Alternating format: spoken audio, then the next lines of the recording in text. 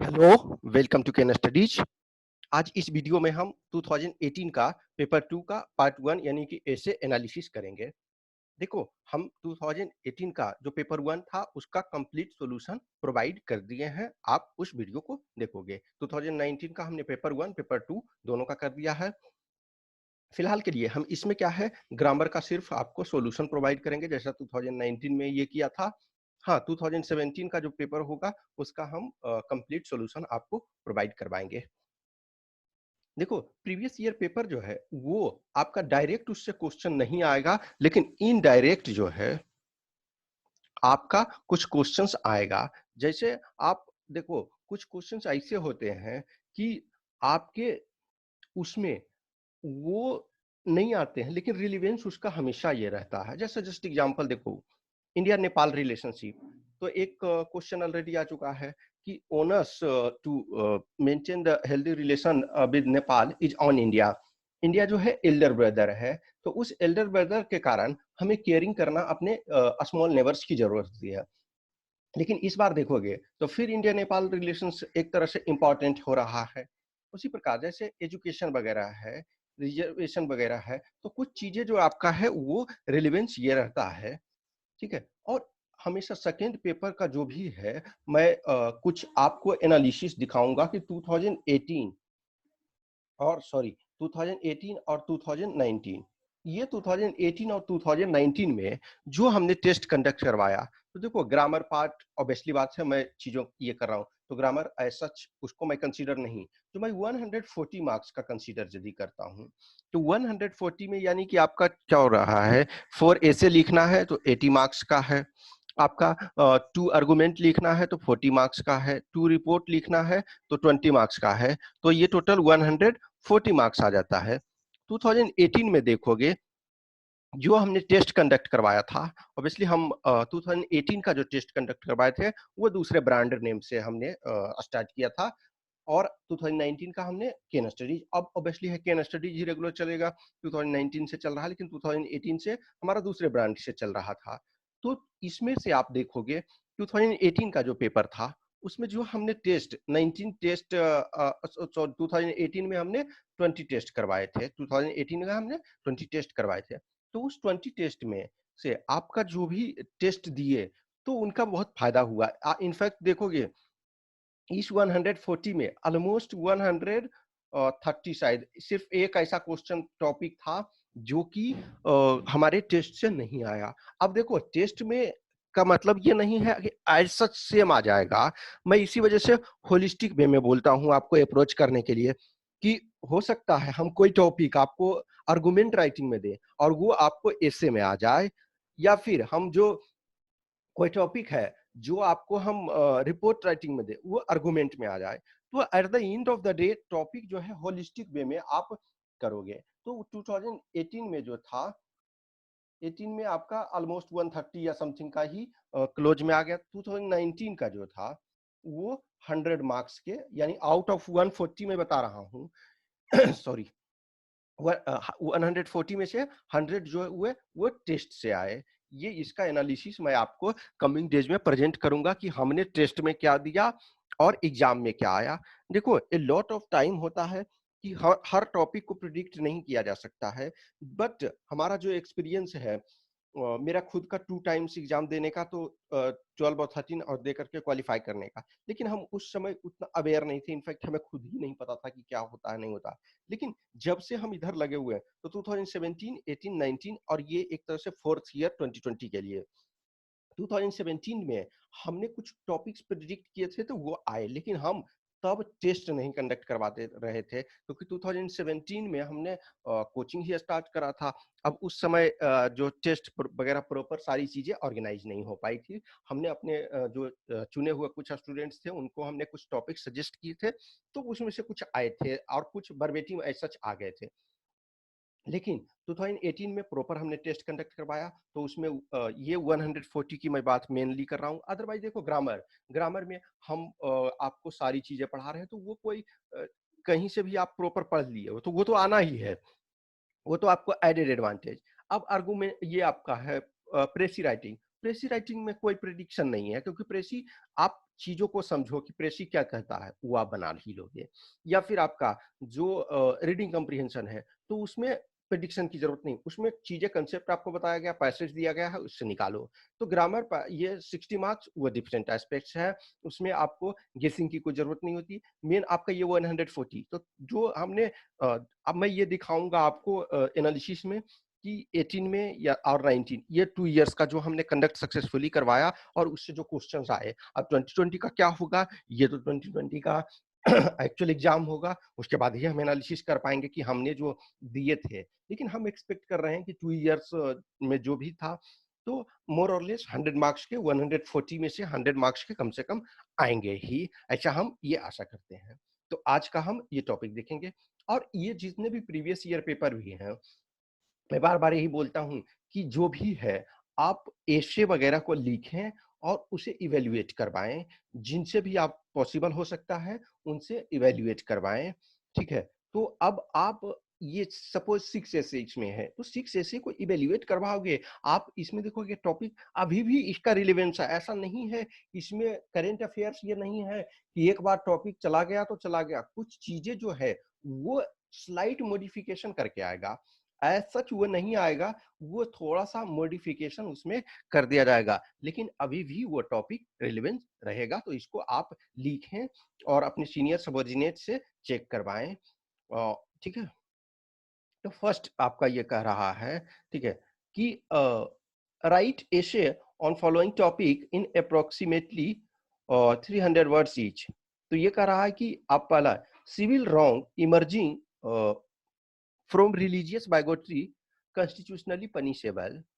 तो आपका कह रहा है कि जो सिविल रॉन्ग आपका जो है emerging from religious bigotry constitutionally punishable, यानी कि धार्मिक कट्टरता जन्य जो है वो धार्मिक अपराध है, ये सॉरी नागरिक अपराध और संविधान के अंतर्गत जो दंडनीय है।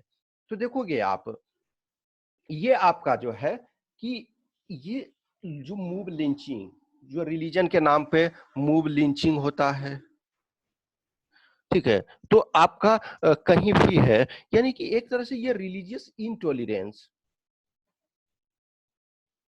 इंटॉलरेंस रिलीजियस इंटॉलरेंस, ये इसका ये मतलब नहीं है सिर्फ सिर्फ और सिर्फ ये नहीं होना चाहिए कि हम आपके धर्म से कुछ चीजें हैं जो आप सहमत नहीं होते हैं। इनफैक्ट अपने ही रिलीजन में यदि आप थॉट दोगे तो आप अपने ही रिलीजन में कुछ चीजों से एग्री नहीं होगे, तो आपका डिस्कस डिबेट ये करना जरूरी है।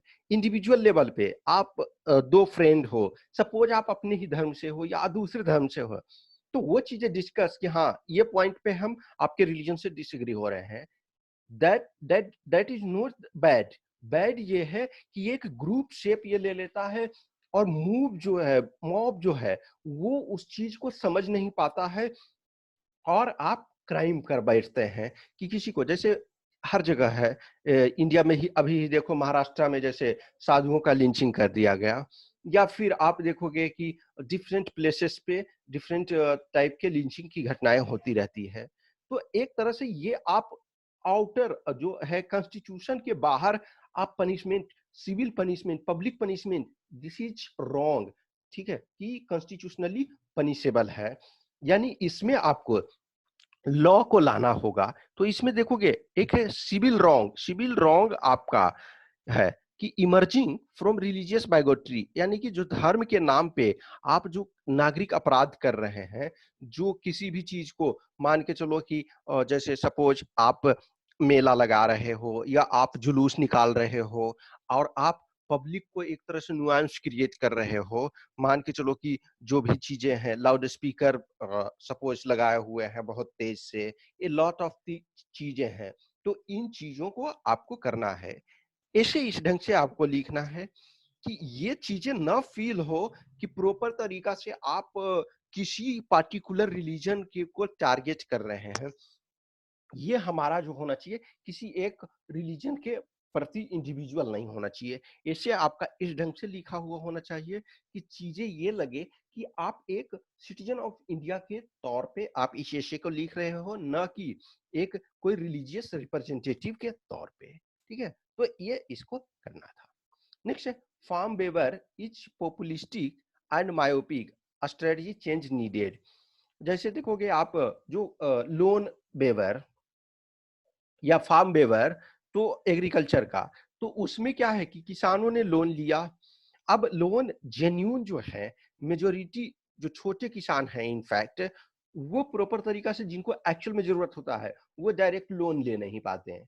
बड़े फार्मर जिनका जो होता है क्लाउड होता है, जिनका अप्रोच होता है, जिनका पॉलिटिकल बैकअप होता है, वो लोन ले लेते हैं। और कुछ जो होते हैं जेन्यून लेते हैं, और कुछ जो होते हैं जिनको जरूरत नहीं है, फिर भी वो जानते हैं कि हमारे पास पॉलिटिकल क्लॉच है, हम उस चीज के थ्रू हम लोन वेवर अपना करवा लेंगे। तो ये जो है, ये कहता है ना कि जो लोक लुभावन और अदूरदर्शी है, ये आप वोट बैंक पॉलिटिक्स के कारण, आप वोट बैंक पॉलिटिक्स के कारण क्या करते हैं कि आप उसे माफ कर देते हैं। इनफैक्ट ये इसमें कोई भी आप ये स्टेट को मना नहीं करोगे, हर स्टेट ने ये किया है, चाहे वो किसी भी पार्टी द्वारा शासित हो, मोर और लेस हर स्टेट करते हैं। लेकिन इतने बड़े स्टेट्स में ये लॉन्ग टर्म में पॉसिबल नहीं है। इससे अच्छा हमें कह रहा है कि फिर देखो, ये एक पार्ट हुआ कि पॉपुलिस्टिक और मायोपिक, दूसरा पार्ट है स्ट्रेटेजिक चेंज नीडेड। यानी एक तरह से ये आपका प्रेजेंट कंटेक्स्ट है, और ये फ्यूचर आपको एक तरह से इसमें सजेशन देने के लिए कह रहा है। देखो, ऐसे हमेशा बोलता हूँ ओपन इंडेड है, और यहाँ मैं इस चीज को समझा रहा हूं कि ये इंपॉर्टेंट है कि आपको उस चीज को समझना जरूरी है, ठीक है। तो आप जो है ये फार्म वेवर जो आपका है, तो ये प्रेजेंट कंटेक्स्ट है कि ऐसा किया जा रहा है, तो ये एवरी स्टेट्स मोर और लेस कर रहे हैं। अब आपको इसमें सॉल्यूशन प्रोवाइड करना है। सॉल्यूशन में इन द सेंस कि आपको आर&डी में, गवर्नमेंट को चाहिए आर&डी में रिसर्च करने में, research and development, agriculture research and development में आपको अधिक जीडीपी का, जो एग्रीकल्चर जीडीपी का है, तो उसमें लेस देन 1% एग्रीकल्चर जीडीपी का जो है हम एग्रीकल्चर आर&डी में खर्च करते हैं, वो परसेंटेज हमें बढ़ाना चाहिए। फिर जैसे हाई यील्डिंग वैरायटी सीड्स वगैरह का यूज करना, फिर जैसे है ऑर्गेनिक आपका फार्मिंग वगैरह है, उस चीज को प्रमोट करना। जैसे सिक्किम जो है एक सक्सेसफुली रूप से ऑर्गेनिक, फर्स्ट इंडिया का जो है फुली ऑर्गेनिक स्टेट बन गया है। फिर आप देखो जैव एग्रीकल्चर, जो बायो एग्रीकल्चर तरीका से है, फिर जीरो बेस्ड नेचुरल फार्मिंग, ये सब चीजें जो है न्यू न्यू तरीके से इनोवेटिव वे। तो इस चीज को हमें ये जरूरत, अब इसको क्या है कि ये कह रहा है कि स्ट्रेटजी चेंज नीडेड। तो इसमें देखो, आपका जो टॉप डाउन अप्रोच स्टार्ट शुरू में होना है, क्योंकि उसके बाद ही जैसे जनरली जो फार्मर ऐसे नॉर्मल होते हैं जो आपका, तो वो कहीं ना कहीं जो है कि वो ट्रेडिशनल वे में करते हैं। तो यहाँ कहीं ना कहीं जो इनिशिएटिव आपको लेना है वो टॉप डाउन अप्रोच से लेना है, उसके बाद ये लोग अपना स्टार्ट करेंगे। यहाँ बॉटम अप अप्रोच प्रॉपर तरीका से कार्य नहीं, क्योंकि किसान खुद से इनिशिएटिव प्रॉपर नहीं ले सकते, आप धीरे धीरे उनको परकोलेट करोगे। नेक्स्ट है from economic growth to well being a paradigm shift. तो इसका मतलब आर्थिक विकास से खुशहाली की ओर एक प्रतिमान परिवर्तन, यानी कि ई जो है ये है आपका जीडीपी से हमें जीडीएच तक जाना है। ये हमने ऐसे भी, ये भी हमने दिया हुआ था कि जो आपका है ग्रॉस डोमेस्टिक प्रोडक्ट जो है, ठीक है, उससे आपको ग्रॉस डोमेस्टिक हैप्पीनेस की ओर जाना है। हमारा एक छोटा सा नेबर जो है भूटान, भूटान इस डायरेक्शन में एक बहुत कारगर कंट्री सिद्ध हुआ है, सॉरी। तो उसने इस चीज को इस्टेब्लिश किया है कि सिर्फ और सिर्फ जो इकोनॉमिक वेलबींग है, जो आपका पर कैपिटा जीडीपी है, ये सबसे इंपॉर्टेंट नहीं होता है। हमें इंपॉर्टेंट होता है कि एक तरह से इसमें आप इंक्लूसिव ग्रोथ भी शामिल करोगे, सस्टेनेबल भी शामिल करोगे, और आपका ग्रॉस डोमेस्टिक हैप्पीनेस, ये चीज को शामिल करोगे। कि नंबर में मान के चलो कि हम जीडीपी नंबर जो है वो बहुत अधिक हो गया है। इनफैक्ट जैसे आप यूनाइटेड स्टेट्स ऑफ अमेरिका का भी एग्जांपल लोगे, तो उसका जीडीपी जो है बहुत ज्यादा है, जो नॉमिनल टर्म में दुनिया का सबसे लार्जेस्ट जो है, आपका लार्जेस्ट जीडीपी नॉमिनल टर्म में वर्ल्ड में है। But still lot of people are being frustrated, they are committing suicide, this and that. तो no doubt economic growth is necessary, this is the most important, because जब तक आपका economic growth नहीं होगा, तो आप चीजों को, सुविधाओं को प्रोवाइड नहीं करवा पाओगे। जैसे जस्ट इमेजिन करो कि आज ही बहुत सारी प्रॉब्लम्स हो रही है। जो लेबरर क्लास है, जो माइग्रेंट लेबरर हैं, जो माइग्रेट करते हैं डिफरेंट स्टेट्स में अपने जीवन यापन के लिए, अब यदि उनको आप इस समय प्रॉपर हेल्प नहीं करोगे तो वो बर्बाद हो जाएंगे। वो ऑलरेडी वो बहुत डिस्ट्रेस में चल रहे हैं। तो स्टेट के पास रिसोर्सेस होगा, स्टेट इन द सेंस की कंट्री के सेंस में आप समझ सकते हो। यदि ओवरऑल ग्लोबल लेवल पे आप देखोगे, इंडिया के केस में यदि देखोगे तो स्टेट एक यूनिट है। बहुत सारे कंट्री में स्टेट यूनिट है, लेकिन एज ए स्टेट जब हम बोलते हैं तो एज ए कंट्री के तौर पे, तो आप जब उस समय डिस्ट्रेस के टाइम में उन्हें हेल्प करोगे तभी वो हेल्प करेंगे। तो ये चीजें हमें है कि हमें इंक्लूसिव ग्रोथ की ओर चलना चाहिए, हमें ग्रोथ हैप्पीनेस इंडेक्स की ओर चलना चाहिए। सिर्फ जो आपका डोमेस्टिक प्रोडक्ट ही इंपॉर्टेंट नहीं है, जो आपका इकोनॉमिक वेलबींग 8% 10% ग्रोथ ही इंपॉर्टेंट नहीं है। हो सकता है वो जो ग्रोथ हो वो लिमिटेड पीपल के कारण, मान के चलो कि जैसे किसी भी कंट्री में जो 100 टॉप के इंडस्ट्रियलिस्ट हैं, 100 टॉप के जो कॉर्पोरेट हाउस हैं, वो बहुत अधिक कंट्रीब्यूट जीडीपी में कर रहे हैं। अब मान के चलो कि उनका जो वैल्यू बहुत अधिक बढ़ जा रहा है, लेकिन वो लोअर लेवल पे परकोलेट नहीं हो रहा, हमारे फार्मर्स को नहीं जा रहा, तो उस चीज का कोई इंपॉर्टेंस नहीं है। ये नेक्स्ट एक है रिजर्वेशन सप्रेसिस सिविल डायनेमिज्म। अब ये भी एक टॉपिक ऐसा है ना कि ये सब में काफी सावधान रहने की जरूरत होती है कि आप जो आरक्षण जो है नागरिक गतिशीलता का दमन करता है। अब इसमें से ये आप जब लिखने लगो तो ये प्रतीत ना हो एग्जामिनर को कि आप जो है जनरल कैटेगरी को रिप्रेजेंट कर रहे हैं या फिर आप रिजर्व कैटेगरी को रिप्रेजेंट कर रहे हैं।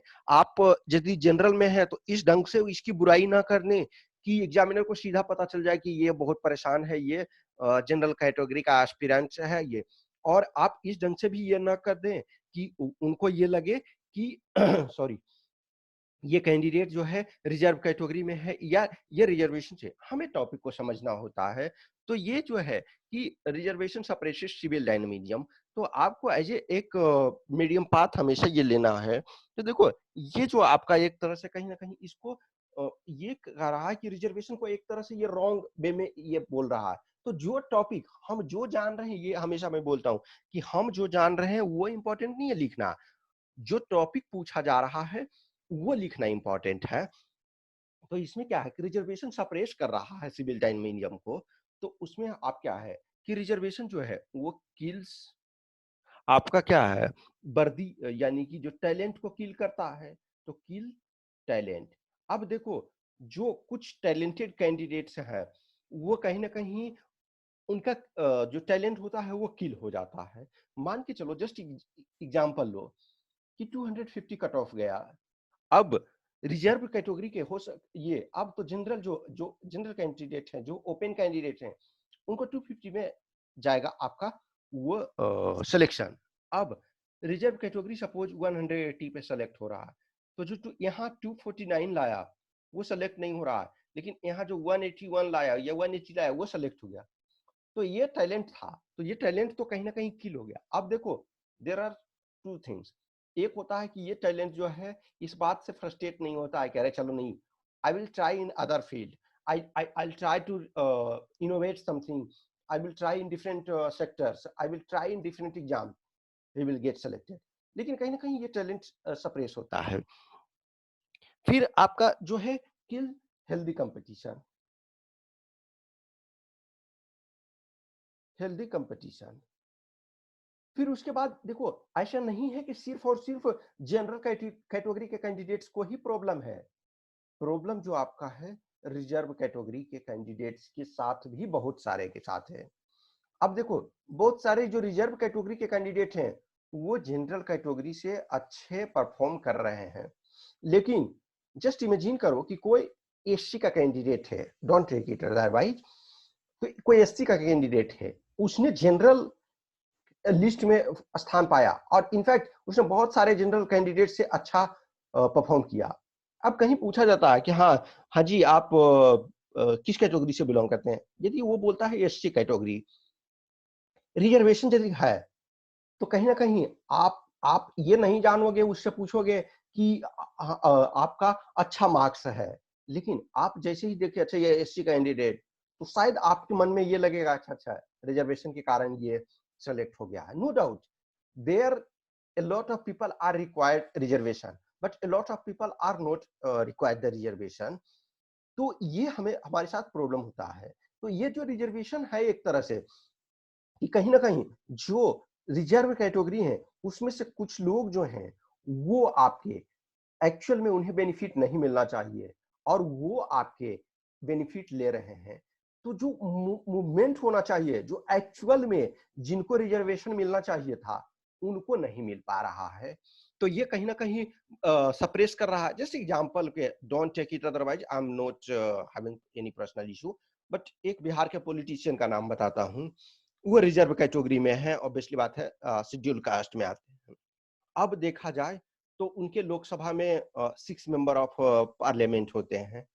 उस 6 में से 3 जो होते हैं वो उन्हीं के घर से हो रहे हैं। फिर और एक टाइम जैसे अभी ये है कि 3 लोकसभा मेंबर उनके घर से हैं और 1 राज्यसभा मेंबर है। यानी कि उन्हें लगता है कि उनका फैमिली ही सबसे टैलेंटेड है दलितों में और किसी को आगे सपोज वो आगे आने में। कहीं ना कहीं आप ये सप्रेस कर रहे हो एक ही घर से। और इनफैक्ट देखा जाए तो 5 मेंबर ऑफ पार्लियामेंट उनके घर से रह चुके हैं, 4 लोकसभा के और 1 राज्यसभा। तो एक ही घर में आप 5 मेंबर ऑफ पार्लियामेंट रह रहे हो। यानी कि आपको ये लगता है कि जो दलितों में है और कोई टैलेंटेड नहीं है। Just don't take it otherwise, मैं जस्ट फॉर एग्जांपल के तौर पे दे रहा हूं। यदि यही होता कि इनके घर से एक ही होते और दूसरे को दिया जाता जो लेस प्रिविलेज है, तो कम से कम उन लोगों का उत्थान होता। या किसी एरिया से यदि लोकसभा में रिप्रेजेंटेशन नहीं हुआ है, किसी पार्टिकुलर सपोज कोई जो आपके शेड्यूल्ड कास्ट हैं उनके एरिया का कोई रिप्रेजेंटेशन लोकसभा में नहीं हुआ, उन्हें दिया जाता तो ये चीजें होता। तो कहीं ना कहीं जो है कि ये गतिशीलता को दमन करता है। तो इन सारी चीजों को आपको कैटर करना है। लेकिन हाँ, ये चीजें कभी भी इस ढंग से किसी पार्टिकुलर चीजों को इंडिकेट नहीं करना जिससे कि आपको वहां रिप्रेजेंट हो जाए कि ये इस कैटेगरी से बिलोंग करते हैं। नेक्स्ट जो है non performing parliament, unhealthy trend in democracy. अब देखो इसमें जो आपका क्या होता है कि जो भी अपोजिशन में होते हैं, तो जो अपोजिशन में होते हैं उन्हें सरकार की जनरली जो हर बात है वो बुरी लगती है। एक्सेप्शन फ्यू मैटर्स ऐसे होंगे, जैसे सैलरी बढ़ाने की, तो उसमें विरोध नहीं होगा। या फिर जनरली जो है देश के डिफेंस वाले में जब हम अपने पड़ोसी मुल्क से जो भी चीजें करते हैं उसमें जनरली कॉन्ट्रडिक्शन नहीं होता है। और सैलरी वाले में तो बिल्कुल ही नहीं होती है। पे पैकेज प्रिविलेज बढ़ाया जाता है उसमें बिल्कुल नहीं होता है। अदरवाइज जो पब्लिक का जिससे बेनिफिट हो उसमें प्रॉब्लम होता है। तो जो भी आपके अपोजिशन में होते हैं उनको सबसे अधिक देश की उसी समय चिंता होती है। लेकिन वही जब सरकार में होते हैं तो उनको देश की चिंता कम होती है। तो आपका जो है कि नॉन परफॉर्मिंग पार्लियामेंट, पार्लियामेंट में जो भी है जो मेंबर्स हैं be the people of India, यानी कि देखा जाए तो शासन जो है वो इंडिया में जनता चला रही है। हमने उन रिप्रेजेंटेटिव को वहां भेजा है ये इस चीज के लिए नहीं कि आप जाकर के वहां अपना रूल चलाएंगे, ये कि आप हमारे लिए 135 करोड़ पीपल, उसमें से 80 प्लस करोड़ पीपल जो है वोटर हैं, सॉरी, सारे के सारे वो बैठ करके किसी भी जगह पे रूल बनाने के लिए एलिजिबल सक्षम नहीं है। वो ऐसा नहीं कर सकते हैं इतने बड़े कंट्री में। लेकिन हमने रिप्रेजेंटेटिव भेजा है तो आप उस चीज को करेंगे। तो लेकिन क्या होता है कि डिफरेंट डिफरेंट पेटी इश्यूज पे सरकार कुछ बोलती है, अपोजिशन कुछ बोलती है, तो वो फंक्शनिंग नहीं हो पाता है। अब वो फंक्शनिंग नहीं हो पाता है तो कहीं ना कहीं नुकसान किसका होता है? देश का ही होता है। और this is an unhealthy trend. In fact जैसे आप एक स्टेटमेंट कोट कर सकते हो नेहरू जी, और मैं शायद कभी एग्जाम्पल भी दिया होगा, नेहरू जी और राजा जी। देखा जाए तो एक टाइम जवाहरलाल नेहरू और चक्रवर्ती राजगोपालाचारी दोनों साथ साथ थे, कांग्रेस में थे। लेकिन एक टाइम ऐसा आया कि दोनों के रास्ते अलग हो गए। देखोगे क्विट इंडिया मूवमेंट के बाद ही चक्रवर्ती राजगोपालाचारी का थोड़ा सा मूवमेंट इस ढंग से रहा कि वो गांधी जी और नेहरू जी से थोड़े से अपोजिशन में चले गए। इनफैक्ट आप for your sake of knowledge कि गांधी जी के बेटे की शादी आपका राजा जी के बेटी किससे हुआ था, तो लोग कहते थे कि गांधी जी जो है अपनी समधी जी की ही बात मानते हैं।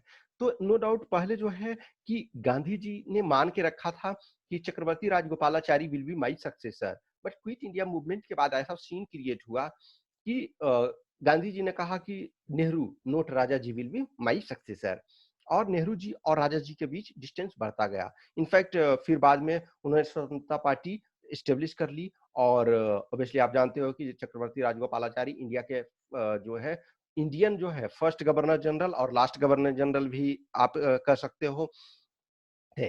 तो वो एक तरह से नेहरू जी के अपोजिशन में थे, नेहरू जी पावर में थे।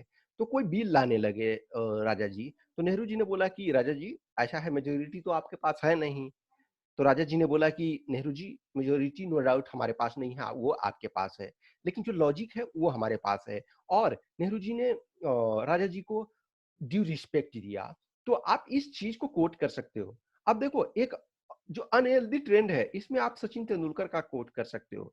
सचिन तेंदुलकर ये जो भारत रत्न अवार्डी ऑलरेडी अपने आप में रिस्पेक्टेबल है। उसके बाद क्रिकेट के जगत में इंडिया में गॉड कहे जाते हैं। अब वो राज्यसभा के नॉमिनेटेड मेंबर थे। अब उनको क्या है कि पार्लियामेंट में वो नो डाउट स्पोर्ट्स के चलते वो इतने बिजी रहते हैं कि वो आते नहीं हैं। अब जब वो पार्लियामेंट में आए स्पोर्ट्स के लिए, उन्होंने बोलना शुरू किया कि हाँ ठीक है, देश में स्पोर्ट्स के लिए ये चीजें किया जाना चाहिए। कुछ members of parliament, I will not take name of any party और एनीवन, अपोजिशन में कुछ लोग थे, वो उन्हें बोलने नहीं दिए। दिस इज अनहेल्दी ट्रेंड ना। What you are proving, he is a respectable person, he is respectable sports person not only in India, in a lot part of world जहां भी क्रिकेट खेला जाता है, या कुछ वो कंट्री भी जो क्रिकेट नहीं खेलते हैं वो भी उनका रिस्पेक्ट करते हैं, जो उनके बारे में जानते हैं। और उसके बाद भारत रत्न अवार्डी है, आप उन्हें बोलने नहीं दे रहे हो। What is the use? No doubt वो कम आते हैं, लेकिन आप उनसे वो प्रश्न आप पूछ सकते हो, लेकिन एटलीस्ट उन्हें अपने आवाज रखने का चीजें दो। आप छोटे छोटे इशू पे वो जो करते हैं, वो कहीं ना कहीं at the end of the देश का ही नुकसान होता है। ठीक है, नेक्स्ट जो लास्ट टॉपिक है, तो promoting innovative outlook in education. ये टॉपिक आज भी बहुत इंपॉर्टेंट, इस ईयर के लिए भी आपका इंपॉर्टेंट है, क्योंकि इस समय जो चिल्ड्रन हैं वो कहीं ना कहीं ये बहुत अफेक्ट हो रहे हैं। और टुडे चाइल्ड इज स्टडीज, ये sorry, today child is tomorrow's man. आज का जो बच्चा है कल देश की जिम्मेदारी डिफरेंट फॉर्म में वो उन्हीं पे होगी। वही कल नासा में साइंटिस्ट बनेंगे, इसरो में साइंटिस्ट बनेंगे, वही कल इंडिया इंडिया के पार्लियामेंट में जाएंगे, वही कल इंडिया को स्पोर्ट्स में रिप्रेजेंट करेंगे, वही कल रिसर्च एंड डेवलपमेंट करेंगे। ठीक है, वही कल देश के को प्रोटेक्ट करेंगे, तो वही कल टीचर बनेंगे, हर वो चीज वही करेंगे। और आज ये चीजें प्रभावित हो रहा है। तो this is the right time. In fact obviously no doubt ये 2018 में ये टॉपिक आया हुआ, बट स्टिल 2020 के लिए ये वन ऑफ द इम्पोर्टेंट है, आपको इसे करना चाहिए। ठीक है, तो ये आप इस चीज को अभी भी ये करोगे, तो अभी जैसे ऑनलाइन को मिक्स्ड ब्लेंड करके, तो इसको कोविड-19 से आप इंटीग्रेट करके आप इस टॉपिक को, ये 2020 के लिए भी आपका इम्पोर्टेंट है कि अभी जो हमारा एजुकेशन है कहीं ना कहीं जो भी है, जैसे मैं कुछ जगह टीवी, मैं डिबेट देखता नहीं हूँ, मैं नॉर्मली जो है राज्यसभा टीवी ही देखता हूँ, एज ए न्यूज चैनल के तौर पे राज्यसभा टीवी देखता हूँ। और समटाइम द प्रिंट का देखता हूँ, तो द प्रिंट का एक शेखर गुप्ता है, तो उनका मैं देखता हूँ, क्योंकि मैं उन्हें पर्सनली भी जानता हूँ, एक लंबे समय से उनका फॉलोअर हूँ, तो मैं वो देखता हूँ। अदरवाइज राज्यसभा, और मैं कोई भी टीवी चैनल प्राइवेट नहीं देखता हूँ, इस वजह से नहीं कि there are few people talented also, ऐसा नहीं है कि वो टैलेंटेड, लेकिन उन्हें सिर्फ टीआरपी की जरूरत होती है। राज्यसभा वगैरह का देखोगे तो बहुत सारे जो बहुत अच्छे अच्छे प्रोग्राम है, व्यू 10,000 20,000 बस। और वही जो कचड़े चैनल हैं जो सिर्फ टीआरपी के लिए, तो यहाँ 20,000, वहाँ 20 lakh. I don't care about that, मुझे उन चीजों से मतलब नहीं होती है। तो मैं उस चीज को देखता हूँ प्रॉपर तरीका से, ये करके, ठीक है ना। तो आप इन चीजों को ये करोगे, ठीक है, तो आप प्रॉपर तरीका से ये जो एजुकेशन है आज भी ये इम्पोर्टेंट है। तो वही उसमें से मैं देखता हूँ कि ये करने के लिए कि जो चल रहे हैं, जो मैक्सिमम एजुकेशन है, मैक्सिमम स्टूडेंट्स जो हैं, वो चीज़ें करते हैं किस चीज़ के लिए कि आपका जो अपर एलीट क्लास के बच्चे हैं, जो गाँव में, जो विलेज में लोअर ये हैं, उनका कुछ प्रॉपर ज़िक्र ही नहीं और ज़िक्र यदि है, तो उनके उनके लिए इस समय कुछ नहीं किया जा रहा है। आप ये जो एलीट क्लास के हैं, आप सारे डिस्कस डिबेट उसी पे चल रहा है या उसी पे चल भी रहा है, तो फिर वो हमारे लिए क्या इम्पोर्टेंट है कि हमें ये तो आप न भी करोगे, तो इनके लिए पहुँच है। इंटरनेट से लेकर के सारी चीज़ें इनके लिए पहुँच है। उन चीज़ों के लिए करो जिनके ऊपर पहुँच नहीं है, ठीक है? तो हमें उन चीज़ों को ये करना चाहिए।